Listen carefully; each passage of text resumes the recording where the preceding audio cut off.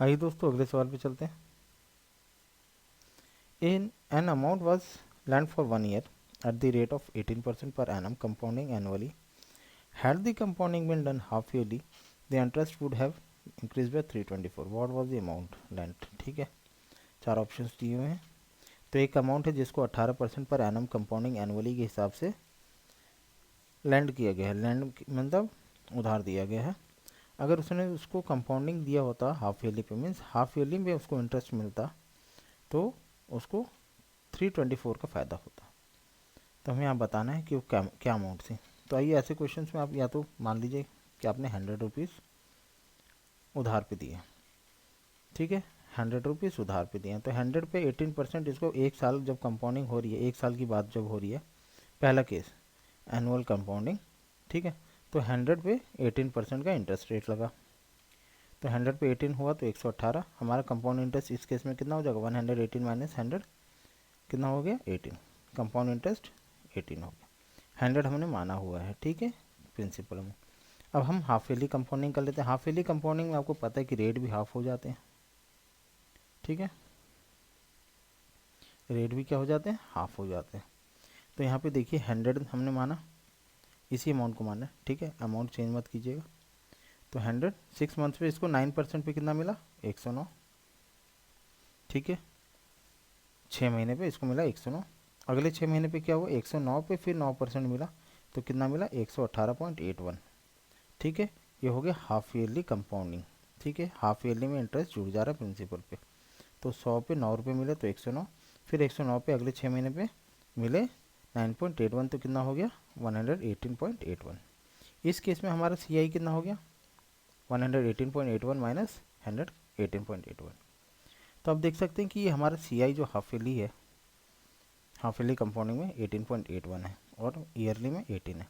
दोनों का डिफरेंस कितना आ रहा है, 0.81। यहाँ पे क्या डिफरेंस दिया हुआ है, 324। मीन्स ये कह रहा है कि अगर इसने हाफ ईयरली में दिया होता, ठीक है, हाफ ईयरली कंपाउंडिंग में, तो उसको 324 का फ़ायदा होता। तो मीन्स इन दोनों का अंतर ही तो 324 होना चाहिए, लेकिन हमारा अंतर क्या है, हाफ ईयरली माइनस ईयरली का 0.81 है। अब दोनों को हम रिलेट कर लेते हैं। तो 0.81 यूनिट इज इक्वल टू 324, ठीक है। ये हमारा कंपाउंड इंटरेस्ट का डिफरेंस आया है और इसमें क्वेश्चन के हिसाब से 324। तो एक यूनिट बराबर कितना हो गया, 324/81, 400 यूनिट, ठीक है। तो एक यूनिट की हम वैल्यू निकाल लेते हैं 324 को 0.81 से डिवाइड करके। तो एक यूनिट हमारा कितना हो गया, 400। हमने कितना माना है, 100 यूनिट। तो 100 यूनिट की वैल्यू कितनी हो जाएगी, 40,000, ठीक है। तो ऑप्शन सी। तो आप देख सकते हैं इसमें कैलकुलेशन इस मेथड में कम है, और इसी को आप फॉर्मूले से करेंगे तो आपको देखिए एक कैलकुलेशन करनी पड़ेगी, स्क्वायर्स वगैरह करने पड़ते हैं, सब्सट्रैक्शन करने पड़ते हैं, एलसीएम लेना पड़ता है। तो वो भी मैं आपको बता देता हूँ फॉर्मूले से कैसे करेंगे।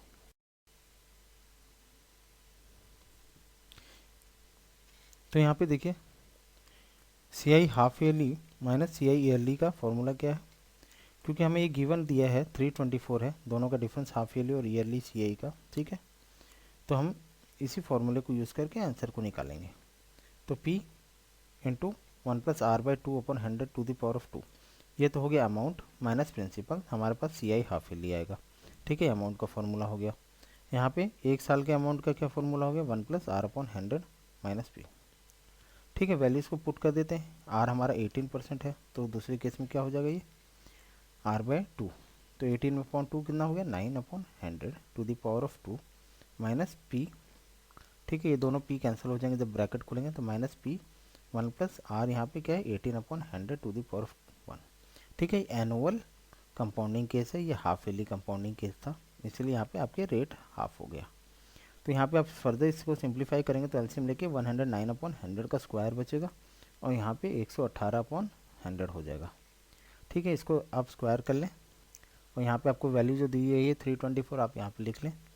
तो 324 इज इक्वल टू आपका 11,881 P/10,000 माइनस 118 P/100, ठीक है। एलसीएम लेके इसको सिंप्लीफाई कर लें तो यहाँ आप देख सकते हैं कि आपके पास जो वैल्यू आ रही है 11,800 यहाँ पे आ रही है, ठीक है। ये तो आपकी एज इट इज़ रहेंगे एलसीएम लेने पे 10,000, ठीक है। यहाँ पे आपको 2 जीरो ऐड हो गए।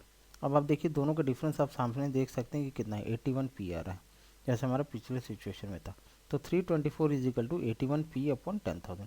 81 टाइम्स 81 इंटू 4 टाइम्स में जाता है 324, ठीक है। तो यहाँ पे 4 हो गया और ये 10,000 इधर जाएगा, तो आपका पी कितना होगा 40,000, ऑप्शन सी। तो आशा करता हूँ आपको समझ में आया। तो लाइक शेयर सब्सक्राइब जरूर करें। Thank you for watching.